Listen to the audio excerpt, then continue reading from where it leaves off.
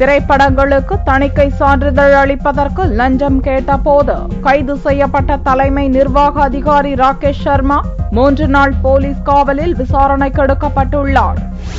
மத்திய திரைப்பட தணிக்கைத்துறை தலைமை நிர்வாக அதிகாரியாக பணியாற்றியவர் ராகேஷ் சர்மா. திரைப்படங்களுக்கு தணிக்கை சான்றிதழ் வழங்குவதற்காக அவர் லஞ்சம் கேட்பதாகவும், பணம் கொடுக்க மறுத்தால் சான்றிதழ் வழங்குவதில் தாமதம் ஏற்படுத்தி வருவதாகவும் குற்றச்சாட்டுகள் எழுந்தன. இந்த நிலையில் சத்தீஸ்கர் மாநிலத்தில் தயாரான ஒரு திரைப்படத்துக்கு தணிக்கை சான்றிதழ் வழங்குவதற்காக 70,000 ரூபாய் லஞ்சம் வாங்கிய போது சிபிஐ அதிகாரிகளால் கைது செய்யப்பட்டார். இதைத் தொடர்ந்து அவரது வீட்டில் சோதனையிட்ட அதிகாரிகள் கோடிக்கணக்கான சொத்து பத்திரங்கள், தங்க நகைகள், 10 லட்சம் ரூபாய் ரொக்க பணத்தை கைப்பற்றினர். கைது செய்யப்பட்ட ராகேஷ் சர்மாவை நீதிமன்றத்தில் ஆஜர்படுத்திய சிபிஐ அதிகாரிகள் அவரை 3 நாள் போலீஸ் காவலில் எடுத்து விசாரிக்க அனுமதி பெற்றனர். கைது செய்யப்பட்ட ராகேஷ் சர்மா உடனடியாக திரைப்பட தணிக்கை துறையில் சஸ்பெண்ட் செய்யப்பட்டுள்ளார்.